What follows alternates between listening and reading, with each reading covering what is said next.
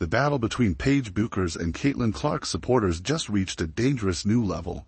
A shocking Guardian article claiming white America hasn't embraced Bueckers like Clark has ignited an unprecedented firestorm. Now Bueckers fans are targeting Clark supporters with disturbing messages, including one telling a basketball commentator to kill yourself simply for praising Clark's playing style. This manufactured rivalry has spiraled completely out of control. The women's college basketball world has always had its fair share of passionate fan debates, but what's happening right now between Caitlin Clark and Paige Bueckers supporters has crossed into disturbing territory. A recent Guardian article has thrown gasoline on an already volatile situation, creating dangerous divisions that threaten to overshadow the actual basketball brilliance of both players. Let's start with the article in question. Former NBA player Etan Thomas wrote a piece for The Guardian with an inflammatory premise: white America hasn't embraced Paige Bueckers the way they've embraced Caitlin Clark because Bueckers has been more outspoken about social justice issues. The article attempts to frame the different levels of media attention and fan support as primarily a racial issue rather than considering the numerous basketball factors that might explain the disparity. But no, it's not just white America that is sick of activism in their sports. Latinos, Hispanics, Asians, blacks, that's right, Native Americans, many of them who are subscribed to both channels, by the way, with a combined subscriber base of 400,000, have overwhelmingly rejected this bullshit. Thomas wrote, perhaps it's because, unlike Clark, Bueckers has always been outspoken about issues off the court. He specifically referenced Bueckers' 2021 ESPY speech, where she used her platform as College Athlete of the Year to highlight black women in sports. Thomas suggested that white America turned away from Bueckers after this speech, writing that while black America cheered Bueckers, it seemed like mainstream white America, a demographic that once viewed her as, in her words, a media darling, weren't singing her praises quite as much. This premise fundamentally misunderstands basketball fandom and reduces complex fan preferences to simplistic racial narratives. It ignores numerous crucial factors that have contributed to Clark's unprecedented popularity. First and most obviously, Caitlin Clark has revolutionized women's basketball with a playing style that transcends demographic categories. Her Lobo three-pointers, no-look passes, and court vision have drawn comparisons to Stephen Curry and other NBA stars known for changing how basketball is played. Her game is objectively exciting in ways that appeal to both dedicated basketball fans and casual viewers just discovering the women's game. Second, Clark's Iowa journey created a compelling narrative that had nothing to do with her off-court stances. She chose to stay in her home state rather than joining a traditional powerhouse, then proceeded to transform the program into a national contender.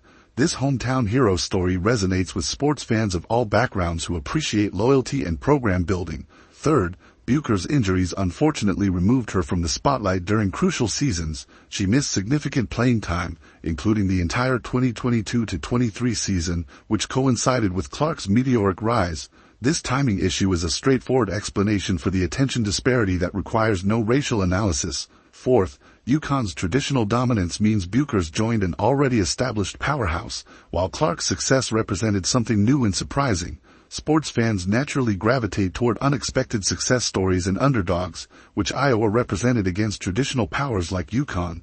The Guardian article conveniently ignores these basketball-centered explanations to focus exclusively on racial and political dynamics. This approach does a disservice to both players by reducing their basketball brilliance to off-court factors. What makes this particularly troubling is how the article has fueled toxic behavior from some fans. After basketball YouTube channel Mick Talks Hoops criticized the Guardian piece, calling it completely embarrassing and noting that Caitlin Clark is a worldwide phenomenon whose playing style has drawn a level of hype that hasn't been seen in basketball in a decade, the response was shocking. A Bueckers supporter with 1,500 followers quote tweeted his critique with the message, "Low-key, what if you dead-ass kill yourself?" This horrifying response to a purely basketball-focused comment reveals how dangerously heated this manufactured rivalry has become. This isn't an isolated incident. Across social media, discussions about Clark and Bueckers are increasingly marked by vitriol that has little to do with basketball. Fans on both sides face harassment simply for expressing preferences or analyzing games. What should be healthy sports debate has devolved into identity politics and personal attacks. The media bears significant responsibility for this deterioration. By framing Clark and Bueckers as representing different political and social stances rather than different basketball styles, outlets like The Guardian have created artificial battle lines that divide fans along non-basketball lines. Thomas even tried to connect this situation to the 2023 NCAA championship narrative between Clark and Angel Reese, writing, "Meanwhile, there has been no black villain for Bueckers to compete with. The fact that has meant she gained less attention and adoration from Middle America says a lot about the state of the country. This statement is problematic on multiple levels. First, it perpetuates the harmful framing of Reese as a villain when she was simply a competitive player. Second, it suggests that white players need black villains to gain popularity, which is both untrue and divisive. Third, it ignores the fundamental basketball differences between the Clark-Reese matchup, which featured contrasting playing styles in a championship game, and the Clark-Bueckers dynamic, which involves players who have rarely faced each other directly. What's particularly frustrating about this narrative is how it undermines legitimate basketball analysis. There are fascinating conversations to be had about Clark and Bueckers as players, their different offensive approaches, court vision, defensive capabilities, and leadership styles. These basketball-focused discussions get lost when every comparison becomes primarily about race and politics. The truth is that both players represent excellence in women's basketball, albeit with different styles and stories. Clark's game is marked by long-range shooting, creative passing, and high-volume scoring that stretches defenses to breaking points. Bueckers combines smooth ball handling, mid-range mastery, and defensive instincts with an excellent basketball IQ. Both approaches are valid and worthy of appreciation on their basketball merits. Their career paths have also differed significantly. Clark chose to elevate her home state program, while Bueckers joined the most storied program in women's college basketball. Both choices came with different challenges and opportunities. Clark had to build something new at Iowa, while Bueckers faced the pressure of UConn's championship expectations. These different journeys naturally appeal to different subsets of basketball fans. The injury factor cannot be overlooked either. Basketball fans are naturally drawn to players they can actually watch play. During the 2022-23 season, when Clark was setting records and advancing to the national championship game, Bueckers was sidelined with an ACL tear. This timing created an unavoidable attention disparity that has nothing to do with either player's off-court stances. Another factor ignored by the Guardian piece is how Clark's playing style specifically appealed to casual fans just discovering women's basketball. Her logo three-pointers and no-look passes create highlight reel moments that are immediately accessible even to viewers unfamiliar with the women's game. This highlight quality helped Clark's popularity transcend traditional women's basketball audiences in ways that are completely unrelated to racial or political factors. The economic impact of Clark's arrival in the WNBA further demonstrates that her popularity is fundamentally basketball-driven. Television ratings have skyrocketed, arenas have moved games to larger venues, and merchandise sales have broken records. These concrete economic indicators reflect genuine fan interest in Clark's game, not political preferences. What's particularly telling is that Clark's popularity spans demographic categories. Her games draw diverse crowds. Her jersey sales come from fans of all backgrounds, and her highlights are shared across cultural divides. This broad-based appeal directly contradicts the Guardian's premise that her popularity is primarily about white America rejecting more socially conscious athletes.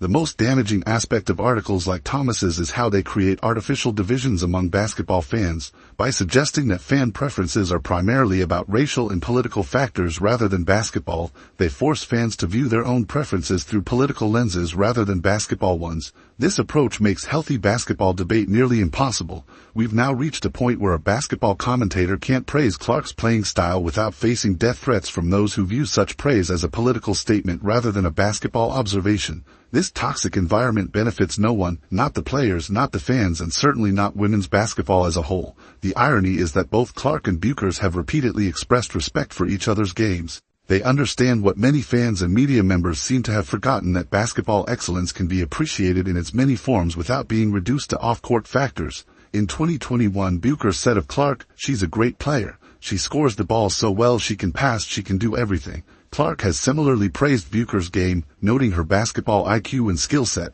The players themselves see each other as basketball peers worthy of respect rather than political or cultural opponents. This manufactured rivalry also does a disservice to the very social justice causes that Bueckers has championed. By framing support for social justice as incompatible with basketball popularity, articles like Thomas's create a false dichotomy that forces fans to choose between appreciating basketball excellence and supporting social progress. In reality, many fans appreciate both Clark's revolutionary playing style and Bueckers' willingness to use her platform for causes she believes in. The Guardian article falls into another common trap in women's sports coverage: the tendency to focus on everything except the actual basketball. Women athletes have long fought to be recognized primarily for their athletic achievements rather than peripheral factors. By centering the Clark-Bueckers discussion on political and racial dynamics rather than their basketball brilliance, Thomas reinforces the very patterns that have historically undermined women's sports. What's particularly troubling about the kill yourself comment directed at McTalks Hoops is how it reveals the dangerous intensity of a rivalry that should be about basketball appreciation, not political tribalism.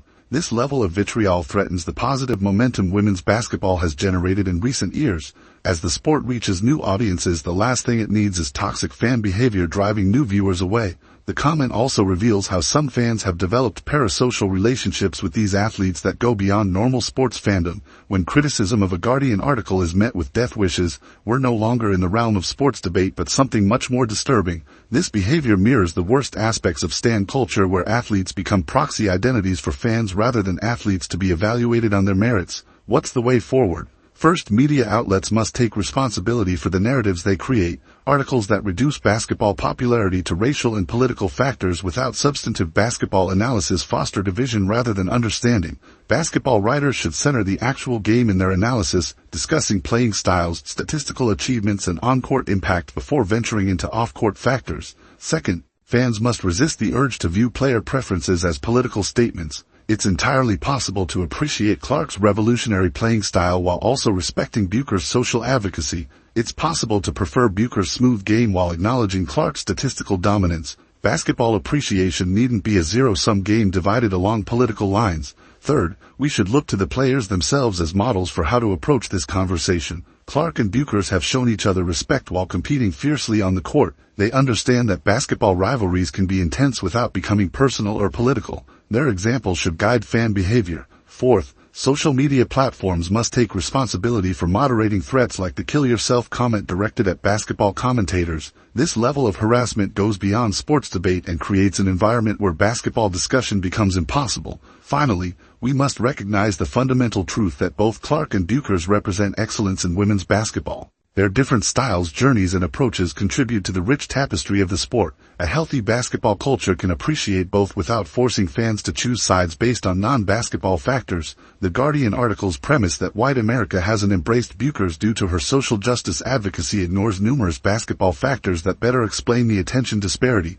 Clark's revolutionary playing style, her program-building journey at Iowa, Bueckers' unfortunate injuries, and the different basketball traditions at Iowa and UConn are all more relevant factors than the racial and political dynamics Thomas centers. By ignoring these basketball realities in favor of divisive cultural analysis, such articles do a disservice to both players and the sport itself. They reduce complex basketball dynamics to simplistic political narratives and force fans to view their own preferences through non-basketball lenses.